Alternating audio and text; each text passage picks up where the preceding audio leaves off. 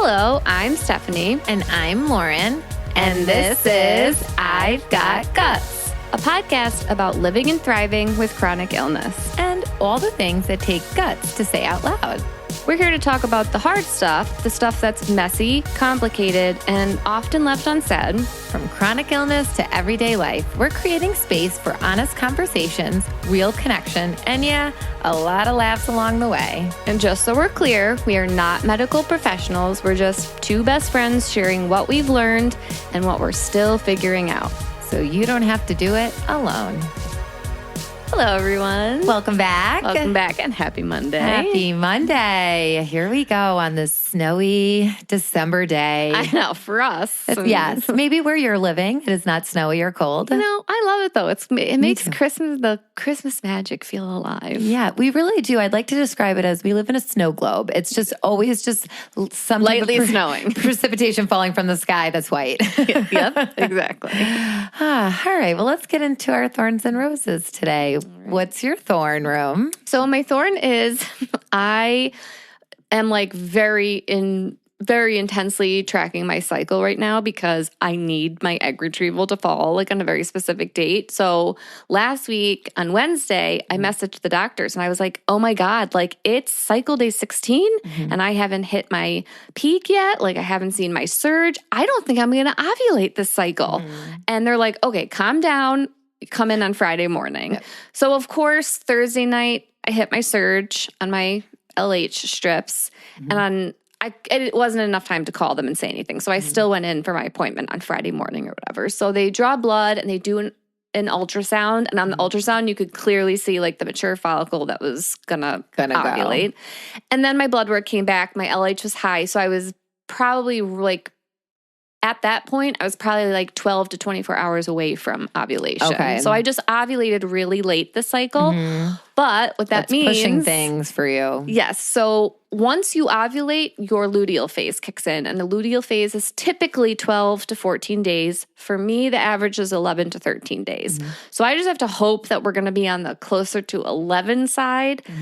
Or else my retrieval is going to end up being after New Year's, which pushes me into needing to take time off from school after a 2-week break off, which, I was really, really stressed about. And then I talked to you about it and I talked to Anthony about it. And we were like, okay, priority right now is building our family. This baby, yes. And it's okay to take time from work, even though it's after a break. It is what it is. You cannot control this whole phase, right? Yeah, you can't. Your cycle. You can't control your body. Your body's going to do what it wants to do. So it's a little bit of a thorn, but on a positive note, like I did still ovulate and my body's doing what it needs to do. It just isn't following my schedule, which Anthony was like, you can't control everything. I mean, you and I are not controlling at all. Not at all. Not even a little bit. Not even a tad. So we'll see. We will see what happens. Okay. All right. What's your thorn? All the good vibes that this all goes down exactly when you need it to be. Let's channel the good I'm just going to energy. manifest it. You are. It's happening. It's happening. Because it is. Because we say it is. All right. My thorn is, it was a rocky week for me. It was. My esophagus was angry after Thanksgiving 2025.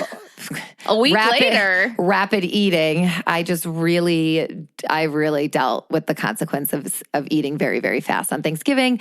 So my voice was really raspy. I'm finally feeling much better. You called me, was it Friday morning?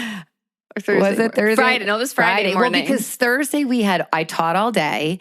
And then literally from until 3:30 and 3:45 was my first parent-teacher conference. And I conferenced until 8 o'clock at night. Right. No breaks. And then Friday, you taught all morning. Well, you called me, though. And then more conferences. And I pick up the phone, and you're like, oh. And I'm like, you sound like Elmo with strep throat. What is happening? I'm like, oh my gosh, my esophagus is so angry. It was just so angry all week. My voice, it was so challenging to do these parent-teacher conferences, but I got it done. I persevered. It was really funny. I came that night, Thursday night, after being there all day. I had 4 drinks. I had like my Starbucks mug, and then I had my water bottle, and then 2 Yetis. I had like a hot tea, and then I had hot lemon water. So I'm walking out with all these, my bag, my pocketbook, all my things, and I have these 4 drinks. And one of the teachers is sitting in the hallway waiting for a conference, and she's like, "What? How many drinks do you have?" I'm like, "Listen, it's Liquid Lauren this week because I can't seem to soothe my voice." So I had a lot of liquids, got through. You sound fantastic right now. Thank you. I'm definitely feeling much better. And I think it's just time. It's time. Like once I overeat, once my esophagus gets angry, I feel like that bile is up in my vocal cords. Plus it's inflamed. Yes. And you just have to let that go down naturally. Right. And it's time. So yes, happy to have my voice pretty much back and not in as much pain, which is great. So yes. So that was I love this for you. Yes, thank you. All right, roses, let's do it. You had a fun one. I did. So I have a tradition with Connor, but also with my goddaughter and her brother and our niece. I'm just like this is my tradition with everybody that's very special to me. But every year I get them Christmas pajamas and an ornament. So I went to Buffalo yesterday to spend the day with my goddaughter and her brother and my best friend Kristen, and we did a little hibachi lunch. Ooh, Gianna's idea. She was like fun. so pumped about it, and she's so cute. Like she was sitting next to me, and she's like, "Okay, Aunt Steph, get ready for the fire." I was like, "Okay." She was just so cute. We took all these silly pictures together, and then I went back to their house, and I did forget their presents. Of course. Oh my God, stop it! Yeah, I forgot their presents. I realized it 15 minutes into my drive, and I called Kristen, and she's like, "Don't worry about it. You'll mail them out. Just come here. We just want to see you." So they gave me their present though, which I got a little ornament of their school pictures. Oh, cute. And Gianna made me an ornament, and they got me a little mug of all their 2025 pictures, which was very cute. And there's such a cute moment where Anthony, Gianna's brother, he goes, "How are we related?" And Kristen's mom was there, and she goes, "Well, honey, sometimes family isn't blood. Sometimes you get to pick your family." Aww. And he's like, "So my mom picked you?" I'm like, "Well, yeah, we've been friends for 20 years. And he's like, "Wow, that's special." Oh, I love that. But it just fills my, it fills my cup to spend time with them. And I feel like so blessed in life to have such amazing, beautiful friendships that has translated to like these children in my life that I love so much and would do anything for. And these relationships are so important to me. Yes, they are. They are. And it's like so fun to watch too and be a witness to it all. It like feels, because it's like, this is our friendship, but then I'm watching like you be that person for Connor. And, it really is awesome. You do pick your family. You picked good. I did pick real good. Did pick very good. I'm not biased or anything. Oswego picked, actually. Yeah, Oswego did pick. Isn't it crazy? One decision you make. Imagine we both didn't go to Oswego. Oh my God. We wouldn't be on this podcast right now. We wouldn't be doing a lot. Our lives would be on very different trajectories. They would. I wonder where I'd be. I don't want to think about it. I don't want to think about it. No. You have a very special rose. Okay, my rose is the absolute best. I'm like just on cloud 9. I just had the best night last night. So Friday night, get out of work, home, get a text message from one of my best friends from high school, gang. Well, Lauren, her Lauren gang. I still call her gang. I'm probably the only one. You're both Laurens. We're both Lauren. Her last name was Gang, so she was Gang. I was Harrison in high school, so I just still call her Gang. She'll always be Gang to me, even though she's married. She'll always be Gang to me too. Yes. So I get a text message from Gang, and she's like, "How close are you to the Buffalo Bills stadium?" I'm like, "Oh, hour and a half." She's like, "Oh, we got tickets to the game on Sunday." I'm like this Sunday? She's like, "Yeah." She's like, "Right now, we just got the tickets." I'm like, "What? In 2 days?" God. And I guess so her cousin is in the Air Force. And it's her cousin. Yes. And she was going to be flying the jet over the the game. Right. So because she does this, they get X amount of tickets for family members and whatnot. And they both live in Virginia. And Gang was like, wait a second, I think we can make this happen. So they looked at flights. Flights were crazy. So they're going to drive. So it's about a 9-hour drive from Virginia up here to Buffalo or Rochester. And I go, hi, we'll stop by. Yeah. She's like, okay. I'm like, well, just stay over. Where are you staying? She's like, okay. I'm like, oh my God, are you really coming tomorrow? She's like, I'm coming tomorrow. So I have not seen them. And she married Brian, and Brian is also our good friend. So I just feel like it's just been so many years. We were trying to do the math. It had to be over 15 years since I've seen her. I haven't seen her since 2009. Yes, it's just been such a long time. And I think it's just, because Brian's in the Navy. So they travel, they've moved around a lot. They were in Virginia. They were in Hawaii for a while. They were in California. Yep. And now that they've been back in Virginia, the timing just hasn't worked. And then, with kids, like life just gets busy and we just have not seen each other. She walked in the door yesterday. I was like, you are in my house. I'm like, I miss you. It was so much fun just reminiscing and catching up. And their 2 kids came, Bella and Derek. And Derek is 2-3 years older than Connor. The 2 of them got along so good. They're playing knee hockey in the basement, bashing around. Bella is 17. No, the last time I saw Bella, she was a teeny tiny baby. She was like a baby. That's why I said to her, I'm like, last time I saw you, we were sleeping in bed together. You were like 2 years old. You were this with your little binky in your mouth. I'm like, oh my gosh. But it was just, and then to see her, I go, okay, Bella is the same age we were when we were hanging out. I'm like, oh God, I remember the things I did. Hope you're making good choices, Bella. But it was just, my cup is so full and it was just such a great, great day. And so they got up this morning, they went to the Bills game. So, nice. And then they're leaving right from the Bills game to go back home. Oh God. But I did say, I'm like, if you change your mind, you feel like you can't do the drive, I'm like, you guys just come back. Yeah, that's right. Trying to convince Connor into one more night over at your house. Yes. So it was a great night. And our friend Liz came over at Mike because Liz went to high school with us too. So she stopped by with the kids and it was just, my cup is very full. It was good. When you called me Friday night, you're like, oh my God, guess who's coming? I'm like, You guessed it. I cannot believe you guessed it was Anthony was trying to guess, and I'm like, no, let me think about this, because I could hear the excitement in your voice. So I was like, it's got to be, I almost said Jody. I did almost say Jody, but then Jody I was like, Gang, and you were like, oh, you guessed it right. I tried to make my mom guess. My mom did not guess. I'm so happy you got to see her. My cup was full for you because I know how special your relationship is and how important this was to you. And it's one of those, no time has passed. We got back together, no time has passed. It's like we haven't Those even are the missed best friendships. They really are. And Connor goes, wait, who is this mom? I'm like, okay, let's go back. I've known her since junior year of high school. That's a really long time. Very long time. Very long time. So...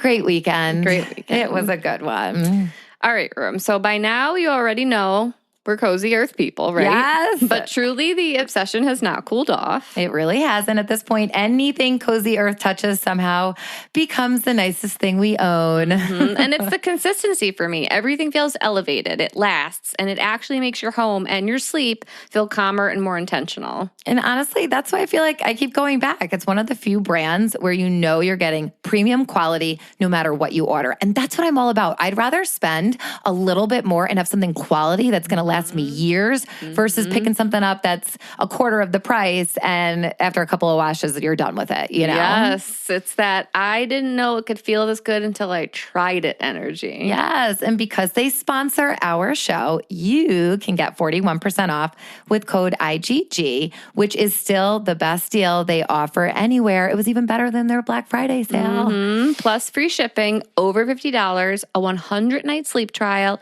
and a 10-year warranty so you can try anything risk-free. So if you're ready to upgrade your space, your sleep, or honestly just your daily comfort, head to cozyearth.com and use code IGG at checkout for 41% off. Go and get it. All right. Well, Rome. This is a big one today. Today, we're talking about something that actually so many of you reached out about, and something that's honestly surprised both Rome and I, not just the medical news, but the emotional reactions that came after. Yes. So this is an episode about what happens after the diagnosis, after the test results, and after the update. Yes, and we want to really unpack my achalasia update, not just for me, but for anyone living with chronic illness, fertility struggles, a scary diagnosis, or just any unexpected health news. Because there's a whole emotional world in that moment that most people never talk about. Exactly. So for those of you that did not hear my update on last week's episode, here's what's happened. I'll give you a quick review. Recap. I had my barium swallow, I had my manometry, and I had a balloon dilation with my thoracic surgeon, Dr. Jones. Barium swallow showed things are moving slowly, but moving. Yay. Balloon dilation actually worked this time, which was huge because I had one in July and it did not, and that was scary for me. But then the manometry, it showed my esophagus is working 10% of the time. And 6 years ago, it was at 50%. And, I want to bring you right into that moment. I got that number. I called Rome on my drive and I told her, and instantly I heard it in her voice, that little hesitation. But that was it. That's all I heard from you, hesitation. Yeah. So I asked, are you okay? Like truly okay? And you said, yes, I really am. So I said, well, if you're okay, then so am I. And that's exactly what you needed at that moment. And I knew that. Yes. And if you listened to last week's Roses and Thorns, you already know the rest. Yeah. So later that night, when I got off the phone and walked into the kitchen, I broke down. I cried. I told Anthony, because my mind went straight into the future, imagining what this might mean long term, what could happen, what the road might look like. But that reaction was mine and not Lauren's. And I didn't bring that into her moment because she didn't need my fear. That was 100% my fear. Right. You needed my presence, you needed my support, and you needed my belief in your strength. Yes. And that, honestly, Rome, that meant everything to me. And that's exactly what I needed. Mm-hmm. Really, it was. And, I've thought a lot about why I felt calm while so many people around me were like panicking, because I wasn't pretending. I wasn't suppressing anything. I wasn't being strong. I was just grounded in what was true right now. And honestly, I didn't even realize why until you said something to me about it, Rome, when we were receiving so many messages, so many amazing messages from our listeners. And I want to thank all of you guys that sent me a message or an email letting me know you're thinking about me, checking in. It truly means the world. And we feel your support. And it's the most beautiful thing. It really is. So thank you for all of those great messages and check-ins. But I'm like, why am I like okay? So I call you and I'm like, why am I okay? Like, what's going on here? And you told me that you are living in the present moment. And I'm like, shit, yeah, I am. You're right. I'm like, yes, you're so right. And honestly, I've rewired my brain in such a way with all of the mindset work I've done over the last 10 plus years. It's just become my norm. Mm-hmm. Like, I didn't even realize what I was doing. I was just focusing on the now and celebrating that food is going down, that the dilation did work, that I'm swallowing better since July, that my body responded. I have that hope. I have that feeling of relief. And that's where I'm living, you know? And I'm not living in 6 years ago when it was 50%, because that's not going to serve me. That's the past. It is what it is. And not 6 years in the future, imagining the worst case scenarios, because that's not going to serve me. I'm just here today, and that's the only place where peace exists. Yes. And I just want to let people know that the only reason I had that reaction, because I think that's been a question from some people. Yes, we've been best friends for 20 years. Like, I've seen you through everything in life. Like, I've seen you through your marriage. I've seen you through getting pregnant. I've seen you through Connor. I've seen you through all your diagnoses. I've just seen you through everything. And you're a sister to me. Right. And I worried about you I'm sure, like, maybe your mom had that thought. Right, maybe your exactly. dad, maybe your brother had that thought. I'm sure everybody who's close to you was thinking it. But I'm not the kind of person to put that on you. I had to live it out for myself because I care about you. So that's just, I just wanted to give everybody a little background as to why I had that reaction that I did. Yeah. I wasn't even necessarily scared for you because I know how strong you are and how you like power through everything, but I just needed to I needed to go into the future a little bit for myself. Right. Yeah. And it's like you were responding emotionally and that was your response. And I think so many people can relate to that if you've been in those same shoes where you're listening to someone you love receive medical news, right? And it's your reaction is your own reaction. There's no right or wrong, right? But and I knew it would have been selfish of me to put that on you. Right. Because I was in a great space, I really was. So now let's get into the amazing support, the love, and the message that you received. And you did receive some messages that were scary too. Yeah, and it really had me thinking. And I appreciate all the love and all the messages.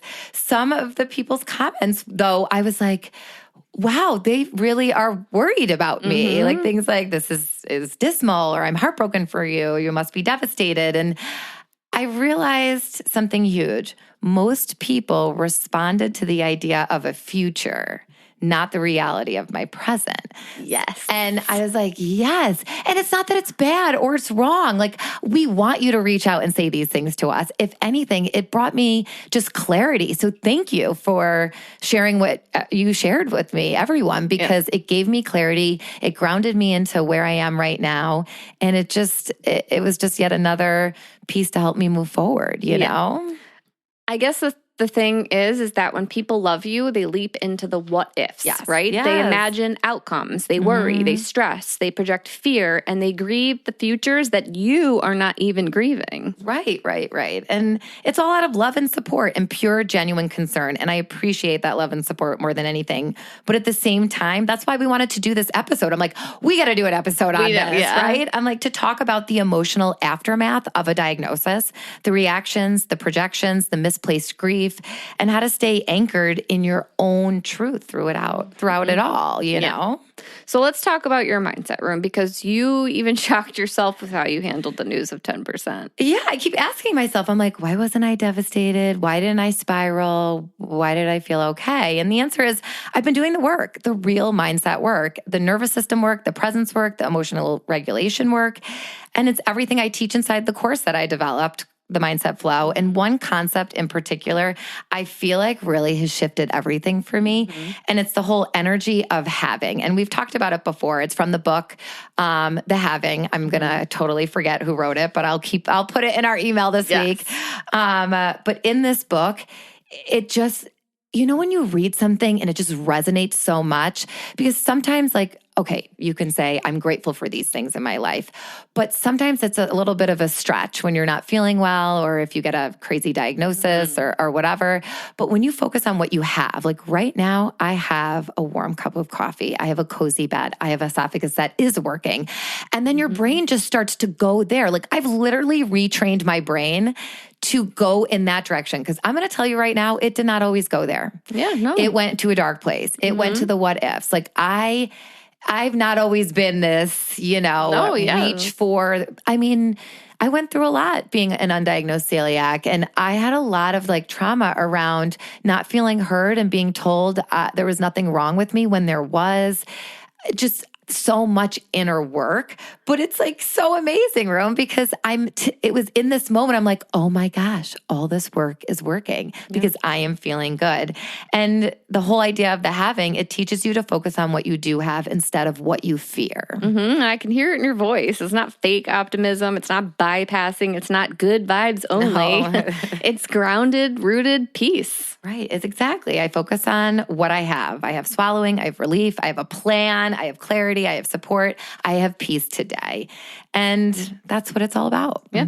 And this is bigger than just my health journey. I feel like this emotional dynamic shows up everywhere, including and especially including your fertility journey, Rome, because I think your fertility journey, in my mind, outside looking in, has just been such a pivotal moment in your whole life. Yeah. I think it's just, yes, it's a pivotal because it's putting you on the path, to grow your family, but also I think just emotionally and physically, you're just in such a different space. So you really are.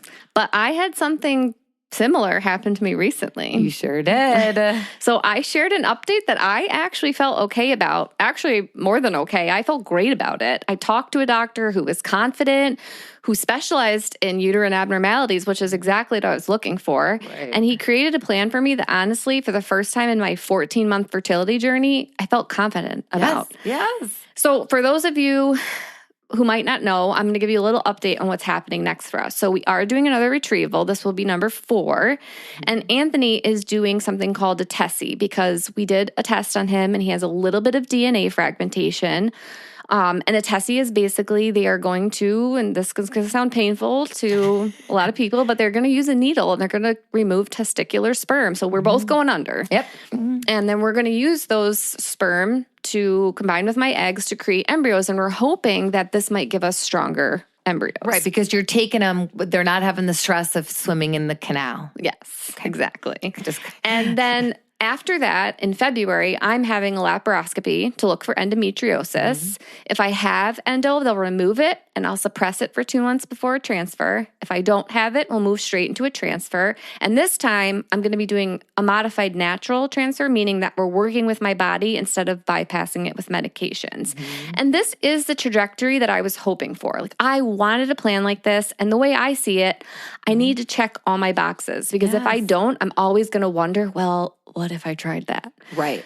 So I was genuinely excited about this plan. I felt empowered and I called everyone close to me to tell them about it. Yes, when you called me, I'm like, yes, I have not heard your voice sound like your voice did that day. I'm like, we got a plan and she's happy. Like, this is great. This is amazing. Yes, I think you were the only one who had that reaction though.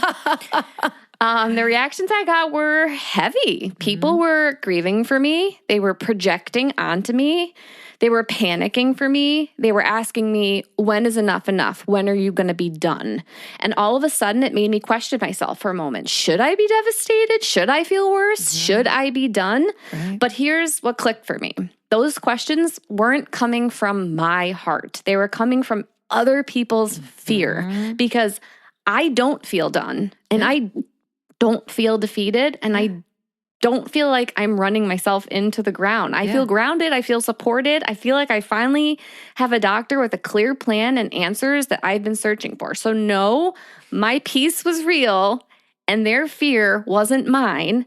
And that was a moment of clarity for me because sometimes people love you so much that they react from their own wounds. Yes. Their own anxieties and their own history, not from your actual reality. And if you're not grounded, you end up carrying emotions that never belonged to you in the first place. Right.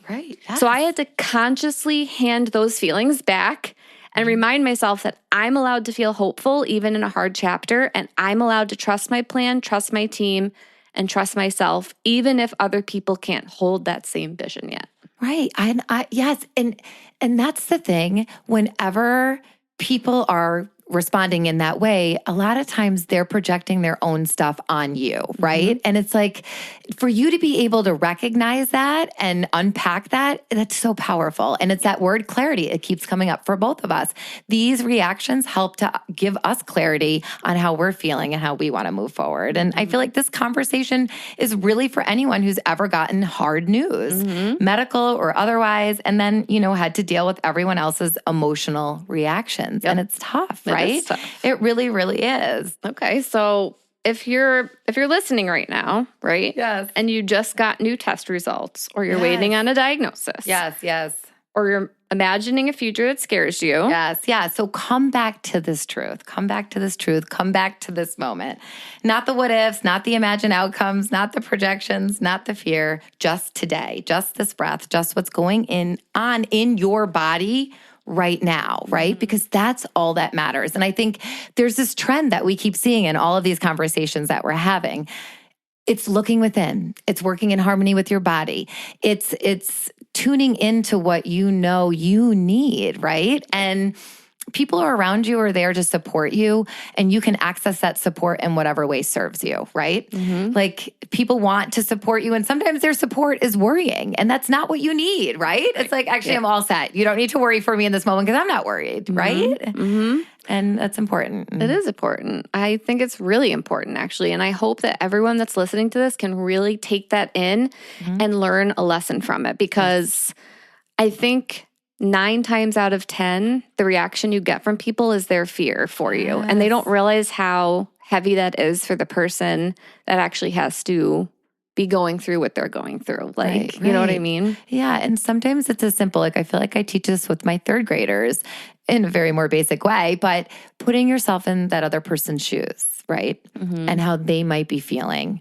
And then before you react, before you share whatever's on your heart, like, put yourself there. Well, you know what I mean? That empathy. I had one conversation in specifically that is just like circling back to it right now, and I'm thinking. And this conversation was that person saying to me, like, I just feel the need to say this to you. I have to get everything off of my chest that I've been feeling about what you're going through. Yeah.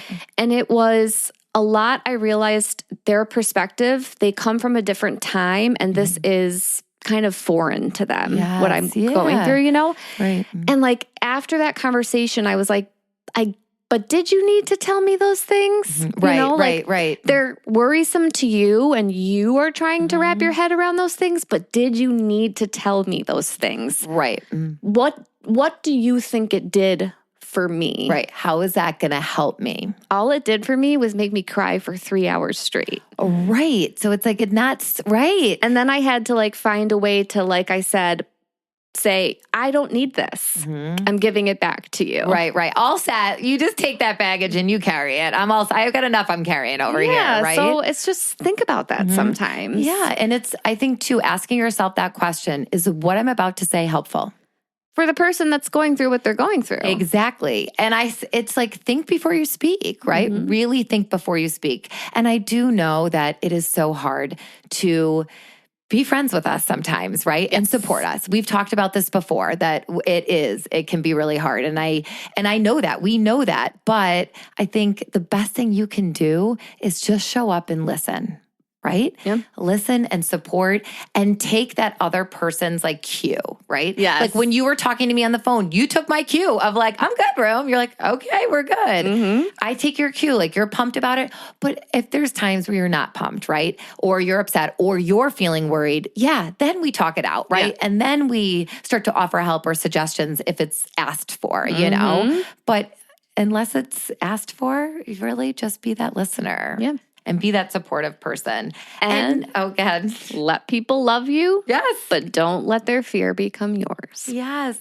I love that so much. Okay. And one other thing I was realizing I wanted to touch on is that you can feel 2 things at once, right? Yeah. When you're processing this diagnosis, when you're ever processing anything, you can feel that scared but hopeful. You can feel like you're grieving, but you can also feel confident. Like you can be sitting with multiple feelings, right? And it's gaining clarity around those feelings. Yeah. So I feel like that's a beautiful way to... That is a beautiful way to think about it. To think about it. It really is. So if you are listening to this today and this episode spoke to you, if your brain spirals into the future, if you're tired of living in fear between appointments, that's exactly why I created my course called The Mindset Flow.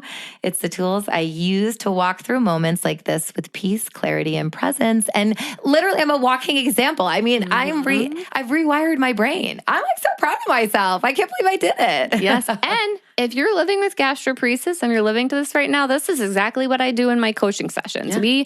We talk about how to deal with the diagnosis, how to deal with other people's reactions, how to improve your quality of life. So if you're interested in a coaching session with me, you can email me at Stephanie, that's stephanie.maira@gmail.com. And if you're in a season where everyone else's emotions feel louder than your own, just know you're allowed to come back to your truth, your body, your journey, your pace, because that belongs to you. 100%. And we just love you guys, our listeners. You're amazing. And we're sending all of you so much love. to anyone who is walking through hard news right now or supporting someone who is dealing with hard news. So. Yes, we do. Okay, so before we leave you, another quick shout out to our sponsor, Cozy Earth. Treat yourself or someone you love to the softest, coziest sleep at cozyearth.com with our exclusive code IGG at checkout. And are you loving the podcast? The best way to show it is to leave a 5-star rating and a few kind words. It helps us keep growing and reaching others who need to hear they're not alone. And be sure to join our email list. The link to sign up is in the show notes or in our bio on any of our social media platforms. Being a part of our email list is the best way to stay up to date on new episodes, special guests, recipes, book recs, and so much more. You can also connect with us anytime on Instagram, YouTube, TikTok, or Facebook. Just search I've Got Guts Podcast or email us directly at ivegotgutspodcast@gmail.com. Thank you so much for being here and being part of this community. We're so grateful for you. Keep going, Keep growing, and always remember, you've got guts.